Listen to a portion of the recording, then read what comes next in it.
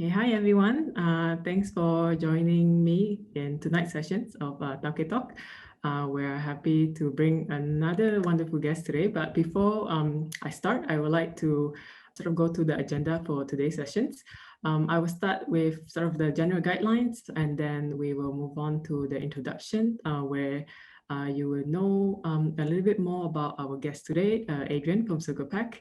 And then we'll move to the main sharing session, where Adrian will share his entrepreneurship journey, and we'll follow up with a short Q&A, and then we'll move on to closing, where I'll be introducing sort of like our ongoing program and also our next Tauke Talk session. So to start off with the guideline, please remember to stay muted and turn off your video. If you do have any questions, feel free to leave them in the chat, and please keep in mind to use respectful language. That's about it for the guideline. Thank you everybody for joining me again. My name is Farah and I'll be the host today. Welcome to Tauke Talks. So Tauke Talks is a series of sharing sessions where small but mighty business owners share about their motivation to start their own business and also the story behind their journey. This sharing session is brought to you by RYSE. We are a Malaysian research and social outreach project that empowers Malaysian youth through entrepreneurship. And RYSE is supported by Citi Foundation. We believe that entrepreneurship is not only for big startups which use high tech, but also for the small and mighty business. And RYSE, we aim to showcase stories of small local business that are persevering and still chasing their dream despite their circumstances. So without further ado, I'm happy to welcome our guest for today. We have Adrian from Circlepac. So welcome to Tauke Talk, Adrian. We are very honored to have you today. Yep. Thank you, Farah. And thank you to the team for hosting Tauke Talks. And I'm very, very honored to be here today to be sharing to you about Circlepac and also our founding story and also what we believe in moving forward. So good evening to all the participants. I hope you had a great dinner and you have been staying safe and staying sane throughout this entire FMCO. I hope so too. I hope everyone's safe. Yeah, it's great to have you today, Adrian. I'm also very looking forward. I hear a little bit of sneak peek before this, but so I'm looking forward to hear the full story. So to start off, could you introduce to the audience briefly about your business? Yep.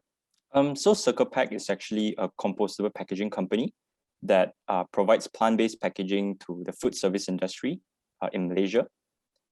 So we do this by providing plant-based packaging that is made from renewable materials such as bamboo and sugarcane.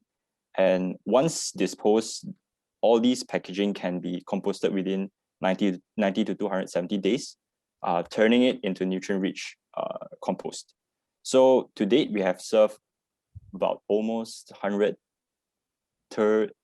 to 150 eco-friendly merchants since our inception in the first MCO around August 2020. So our clientele mainly includes five-star hotels, hospitals, your neighborhood restaurant and cafes, and even home-based businesses as well. Because we do understand that home-based businesses have been sprouting during the pandemic, and all these small-scale businesses, it's very difficult for them to go to all these large manufacturers to get a low MOQ for their packaging. So we are actually looking to support this segment as well. Wow, that's a very huge range. Yep. That's great to hear. Yeah, thank you for the introduction. So if you guys want to know more or check out more about Circlepac, do follow their social media account, circlepac.my, and they also have a website, Circlepac, so do check them out. So let's move on to sort of like the whole story now. So Adrian, I think earlier I was sort of intrigued by the story of how you started your business. So could you share more with the audience what inspired you to start your own business? Yep. So I spoke to Farah earlier, and actually Circlepac was established during the first MCO itself. And a lot of people would be very surprised as to, why start a business during, such a crisis, right?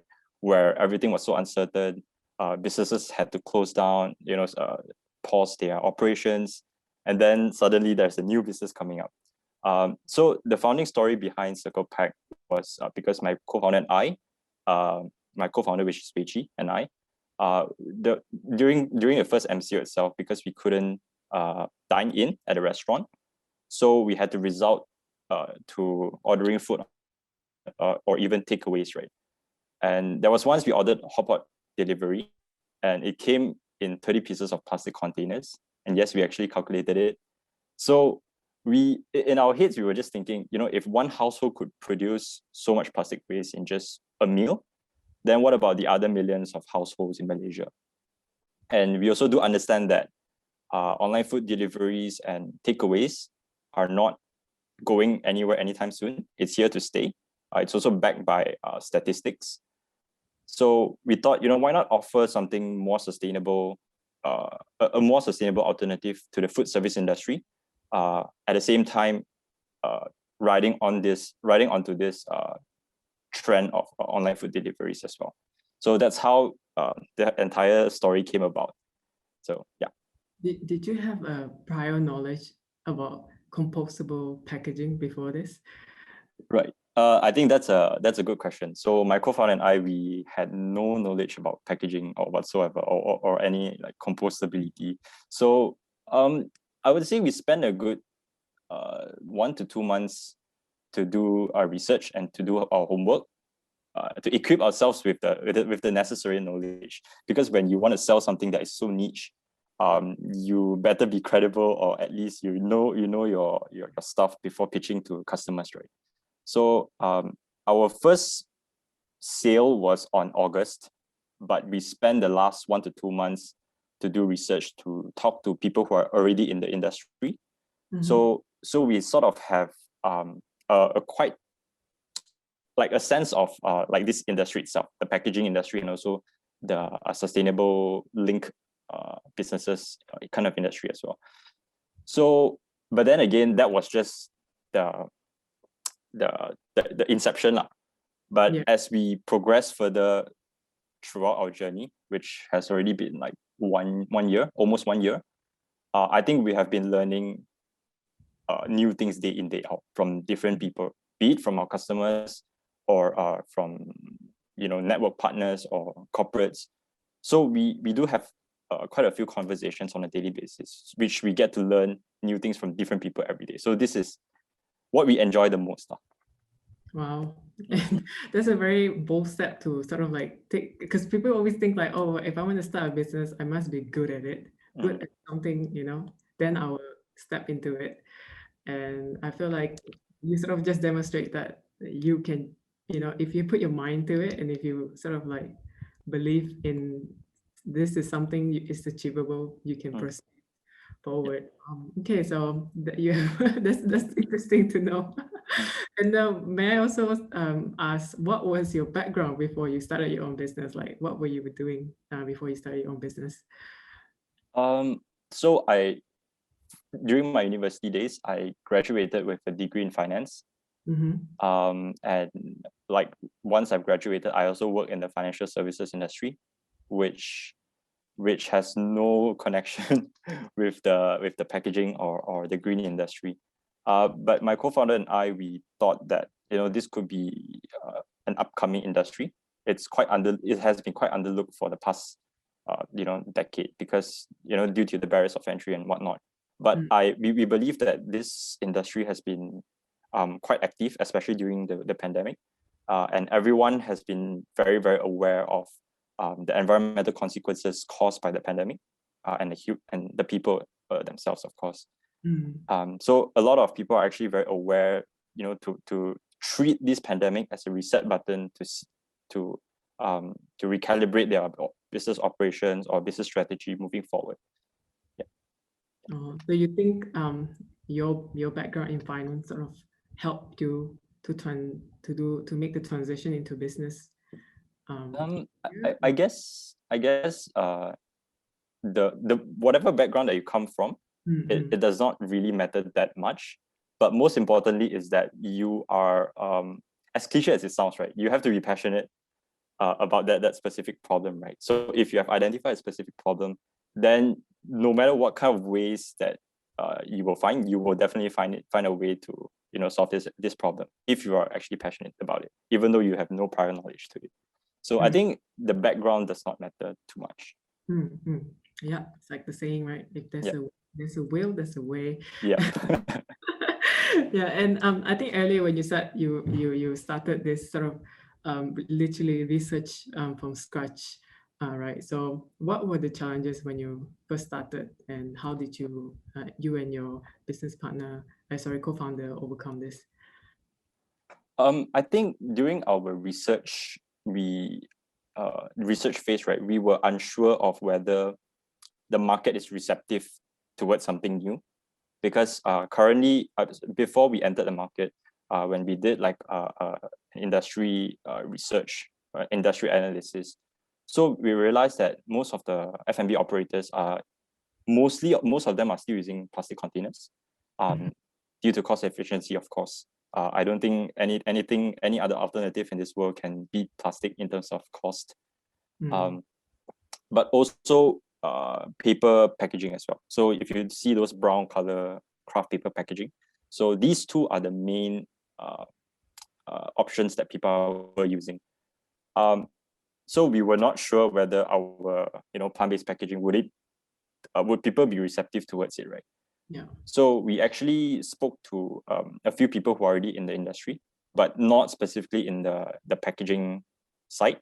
So they were more of the downstream side, where they compost the waste and then sell the compost back to gardens or farmers. So we were speaking to that part of the industry, and we realized that actually compostable packaging is like one of the ways to go forward, because a lot of, like, say, hotels and restaurants, they do have green KPIs to fulfill. Yeah. So we thought like we thought like this is actually a legit industry to penetrate into. So after speaking to a few like partners, we decided to just go into the market and then get user feedback in order to further, because I think that's the best way to actually verify your product.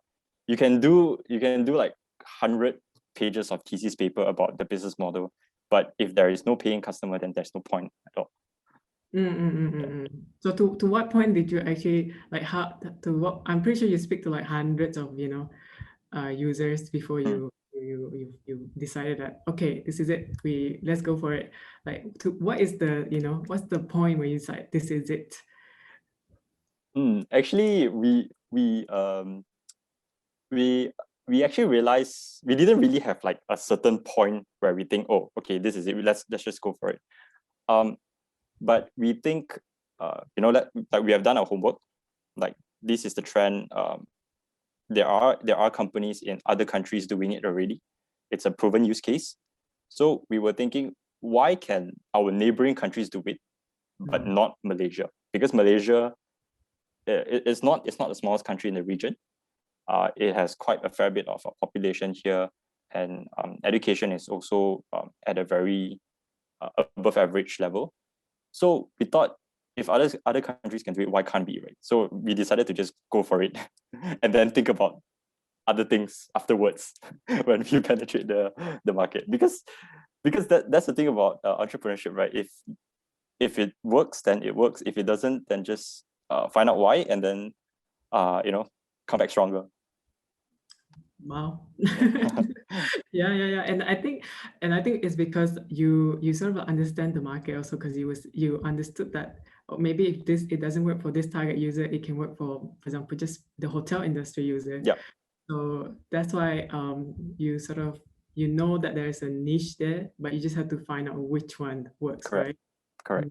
And you can only do that once you're in the market, because at first we thought our products would be suitable for F&B operators, but after going into the market, people from urban farms, people from gifting companies want to purchase our packaging for their usage as well. So yeah, urban farms. So actually they put plants in our packaging. Oh yeah. Oh, okay. Yeah. Because it's like a pot, but it's not made out of plastic. It can be planted in the soil as well. Oh, and also gift packaging. Yeah. Like gift sets, Yeah. No. Oh yeah, that's true. Yeah. So people come up with really, really creative ideas, and we are very surprised to see when our customers use our packaging in this certain way, because we didn't expect it to happen as well. Yeah, but it's true what you're saying, lah. This kind of thing you will only find out once you start when you're doing the business. Correct. I think a lot of youth also have this fear that I don't know enough, and I want to know as much as I can before I go into the business. So they would take the research stage, the design thinking stage, sort of like prolong it until they feel like, oh, I have the right amount of feedback and I will start my business now, thinking that it will be it. And so, yeah, I think so. Adrian, thank you for the advice. Perhaps you, the audience can take it this way, right? Maybe I can just use an example. For example, Grab, they started off as an e-hailing company, but okay, imagine if they lay out the business plan and say, oh, we are going to run an e-hailing company. But then right now, it is not just an e-hailing company, right? It consists of a lot of pillars under Grab. You have financial services, you have food deliveries. So it's really your first business plan is not your last business plan. So you just have to pivot along the way and see what are the problems that you are capable of solving. Yeah. That's a very true advice. And I think because you started your business during the pandemic, so I think you already took the bold step to take the initiative to start something during such an uncertain time. So during this uncertainty, and it's still present at this moment, what were the challenges specifically because of COVID that you find difficult to sort of like perform for your business? I think one of the major challenges is not being able to travel, because our industry is quite very client facing, I would say, because usually the user journey is like you will have the customers, when they inquire, they would look for samples first before purchasing. So they need to test whether the samples are fit for their food or their requirements. Then once everything is decided in the sample stage, then only they will place an order with us. Sorry. So that was one of the challenges for us, because we couldn't pass the samples to our clients or even meet them to really sell our products, to really pitch to them and say, how can this product help your business, and this sort of thing. So that kind of engagement was not there, because I think that engagement was important to build trust and credibility at the first phase. But thankfully, we leverage on technology and also digital platforms such as Instagram or phone calls, WhatsApp, to engage with our customers, to give them the trust and reliability towards us. So for example, some customers, they do ask us like, hey, is your product microwave friendly? Because so when we have this kind of inquiries, we are also curious, because we are new to this, right? So we actually tested it out in our house with our own microwave oven, and then we share our results with them and say, hey, we actually tried it up until 250 degrees Celsius, and it has no issues. So that sort of gives like our clients the confidence when it comes to purchasing our products. And on that same note, actually my co-founder and I, when we thought of this idea, and also during the research phase, we were not physically at the same place due to the lockdown restrictions. So she was in another state and I was in KL. So a lot of things were actually done virtually. So like we had to deliver samples to each other to test. Wow. So it's more time consuming, right? Yeah. So that was one of the major challenges. Oh, so you literally like test a sample from scratch yourself? We test individually, and then when lockdown, the restrictions actually eased a little bit, then we managed to meet up and actually talk about the product itself, like test the samples together. Yeah, you guys overcome it. And I think earlier also when you said about using digital communication, right?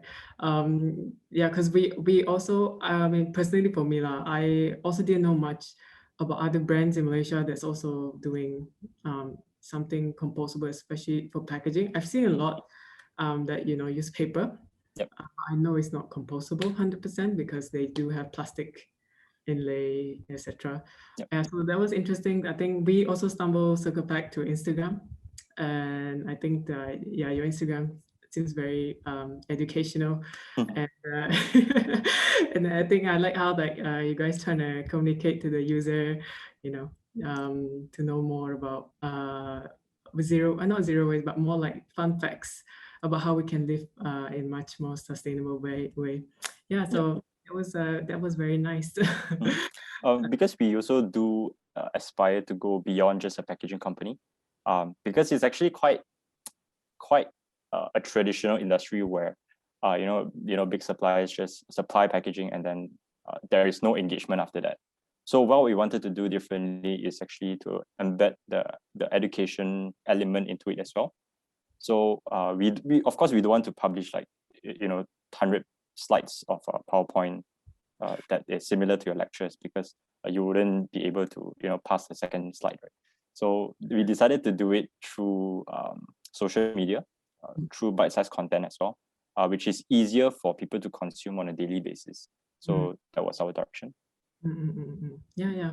And I think that leads me to my other curiosity. Is it hard to educate your customer about sustainable packaging? I'm pretty sure a lot of them still refuse, like, I just use plastic lah, it's cheaper, Yeah, actually on the education part, it's if you talk about on a blanket basis, like if you want us to cover the entire community, then it's a bit difficult. But what we have learned is that we target those who are like slightly more prepared or more environmentally aware about all these sustainability issues. Then these people are easier to absorb what we are saying. And then once these people know what we are trying to put out there, what kind of message we are trying to put out there, then they are our catalysts or agents of change to spread the awareness and word to other people as well. So fun fact, most of our customers were actually referred from word of mouth. So they didn't really find us from social media platforms. So it's actually through their friends or business partners. So yeah, and we think this is actually a very good testament of the product of course, but also it also kind of realized our vision of building a community that is aware of sustainability issues. That's a good strategy to make the customer as the ambassador itself, in a way. Almost like free marketing, but not really. Wow. But we treat them as partners, not customers, because we do keep in touch with them to solicit feedback, and also just generally catch up with them on a more frequent basis. And do you also do collaborations with any of your partners? Like, because I'm sure all of them have between, like you said, F&B, gift, and then farms. Yeah, have you done any collaboration? We have not done an official collaboration yet, but we are coming up with one. So just take note on our social media platforms. We will be having a campaign very soon. That's exciting. So that's your first collaboration. Yeah, I guess you could say it's a first official collaboration. Wow, great. We look forward to see what is it all about. Yeah, thank you for sharing. I'm curious also. So you started again. We're going back from the pandemic, and you go to all your challenges. You test out with your co-founder, and then you sort of overcome from your customer by not even meeting them physically. So what is sort of your proudest achievement by overcoming all of this? I think the proudest achievement, like putting aside, securing deals from hotels, hospitals, I think the proudest moment is something closer to my heart, and is when my friend actually WhatsApp me and say, hey, is this your packaging? So it has cascaded to the community, and when they order something from Grab or Foodpanda, it actually comes in our packaging. So that is something very satisfying to hear. Yeah. It must be a really good feeling. It's like, that's my packaging. Yeah, because when we first started, that was like one of our not really a vision, but one of our goals that we hope to achieve when when our friends actually come and text us and say, hey, actually I'm using your packaging from this specific customer, from this specific restaurant or cafe, and it feels good, and it's actually better than plastic. So some people do have that feedback, and we're all very grateful for kind words and also feedback that can help us improve. Yeah, it'll be a step closer to a greener packaging. Yep. Our delivery. Yeah, thank you for sharing that. I can definitely imagine the excitement when you see someone using your product.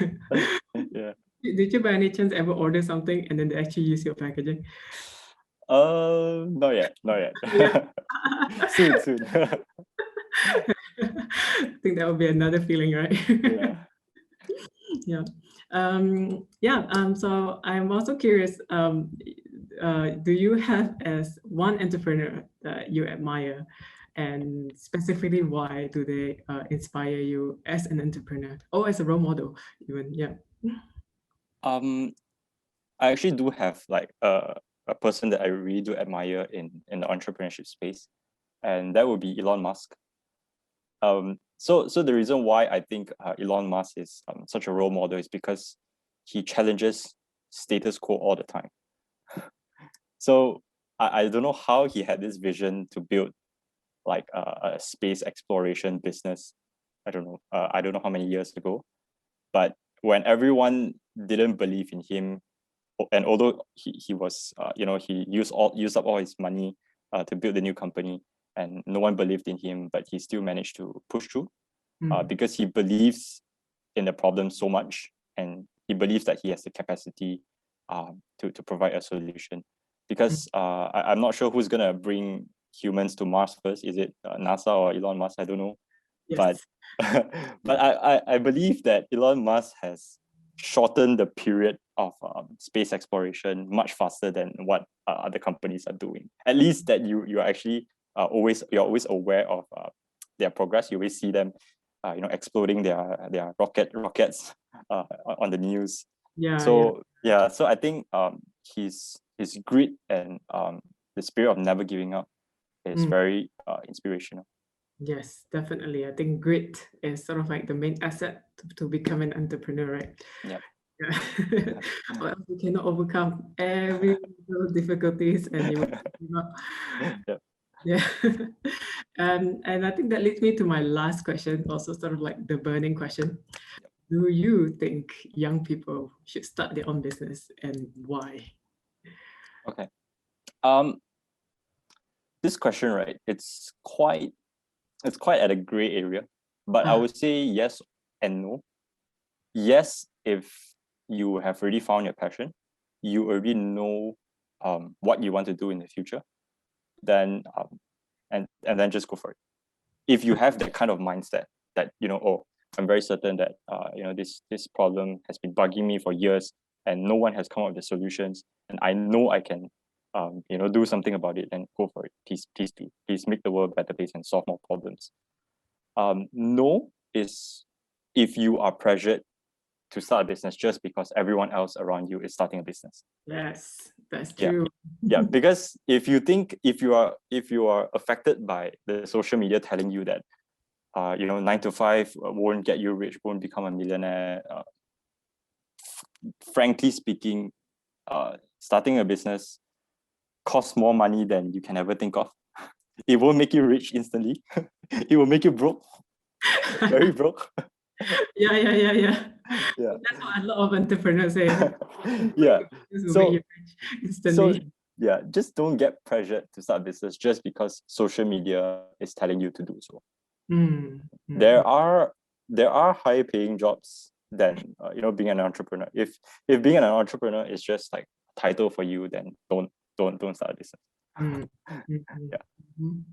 That's a very realistic advice, Adrian. Yeah. Yeah, because social media is it's quite a devil these days. Yeah, You know, yeah. those inspirational quotes that says, you know, you have to start a business. Yeah. Yeah. Listen to a real business owner, right? Yeah, all right. Thank you so much, Adrian. That will actually conclude our sharing session. And I think you left with us with so much advice that we can move forward with more realistic advice, Yeah. which I'm very excited to hear. Also, like your entrepreneurship journey. But before that, before we end the session, we'll move on to Q&A. We do have a few questions from the audience. I will start first with, okay, I think someone asked, may I ask if the industry is generally very supportive, and how did you ask for help? And when you had to learn about the container, I think it's like, how did you ask for help when you were learning how to make the container from scratch? Right. So I think again, Google is your best friend. So so before we knew anyone in the industry, we just Google up and see you know, compostable packaging in Malaysia, and you know, people who are doing somewhat similar in the space.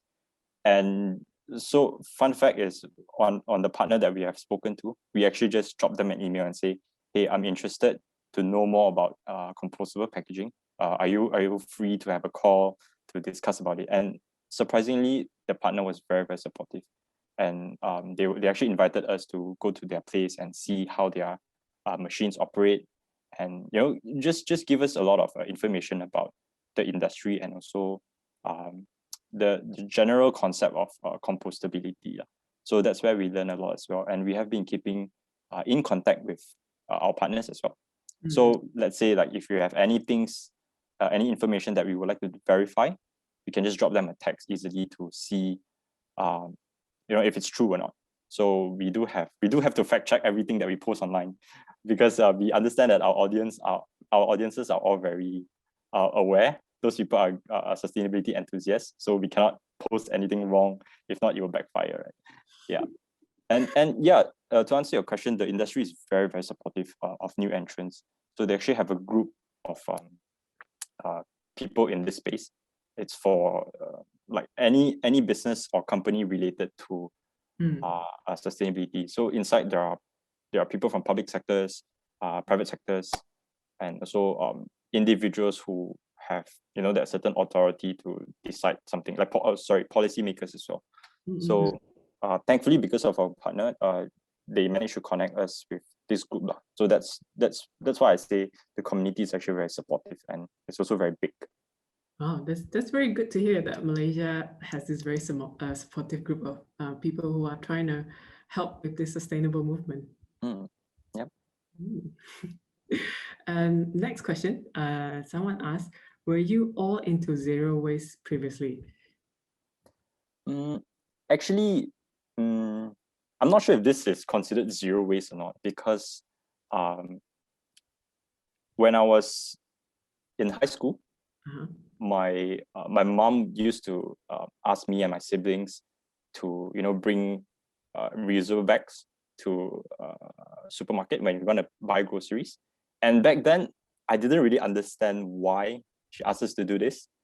But then right now, as I'm more aware of what's going on in the world, I started to understand why she asked us to do it. One thing is, of course, of wastage and also pollution. Then the other one is, of course, it's cost. Because if you just bring your reusable bags, then of course there's no need to pay 20 cents per plastic bag every time you go for shopping, right? And when we go and tapao food at the local kopitiam, my mom also used to ask us to bring tiffin containers or glass reusable containers. And back then I also didn't understand why, because it's a hassle. You know, you bring it, then when you come back, you have to wash it, then you have to dry it. But right now, I understand why she asked us to do it. And we as a business at Circlepac, we also do encourage people to bring your own reusable containers, because that's actually the correct way to go forward. The zero waste, the ultimate zero waste goal lah, basically, Yeah. to bring your own packaging everywhere. So that's your mom basically inspire you lah, Yeah. into these choices. Yeah. Yeah, so thank you to your mom. Next question. We have two more questions, yeah, from the Q. Someone asked, what is your prediction about this compostable packaging trend in Malaysia? I can't speak for other players in the market, but what I can say about our clients is that it's growing rapidly, wider, and also it's more diverse. We have clients from different industries. So we do have like a client who is a vegetable supplier for supermarkets, and so not just F&B operators, not just your normal restaurants and cafes, but actually these players in the industry, like vegetable suppliers, are increasingly aware of their responsibility towards the environment as well. Because this is what our clients tell us, is that we also do understand that we as an industry produce a lot of waste. So I'm actually reaching out to Circlepac to see what solutions can you provide me and bring me on this sustainability journey as well. So I would say I can't predict the exact numbers of how many % increase and whatever, right? But what I can see based on my observation is that people are actually aware of environmental issues. Yes. But it's just that the pandemic has given them a reason to take action about it. Because I believe all of us here know that plastic waste has been an issue ever since like you were in primary or high school. But then right now, because of the pandemic, you actually see it yourself, that when you go out, you see face masks lying down on the floor, plastic bottles, plastic containers. You actually feel the pain, and then people are incentivized or motivated to do something about it. Because the most important part about sustainability is doing, not just saying or thinking. Yeah, that's true. That is definitely true. I think I also start to see a lot of restaurants that encourage people to bring their own packaging and to educate about waste. So I hope this will be a growing trend lah, bigger in Malaysia, and to see many more industry to work with Circlepac in the future. And that leads me to my one last question. Speaking of like more not zero waste lah, but just like because your compostable packaging is quite new in Malaysia, and someone asked, is that compostable packaging are pricier than the normal packaging, the paper packaging, let's say. How do you plan to move forward and scale up if less people might be interested in using it? Okay, that's a good question, and we get this question very frequently when customers ask us. So our strategy is really to target those who are ready to make the shift. So needless to say, those people at hotels, because they do have green KPIs to follow, they have to do it. Or even slightly upmarket, like those high-end restaurants or cafes. Of course, because they do have clients who actually request them to use eco-friendly packaging. So they also do have requirements to fulfill for their clients. So that would be our strategy. Then once we have stabilized that top of the pyramid, we can slowly cascade down to your mama, to your local kopitiam. Because if we talk about sustainability to, let's say, an uncle who is also a kopitiam operator, it's a bit difficult, because to them, to that generation, cost still plays the biggest part of the business, and they do not see like why do they have to make the shift to something sustainable.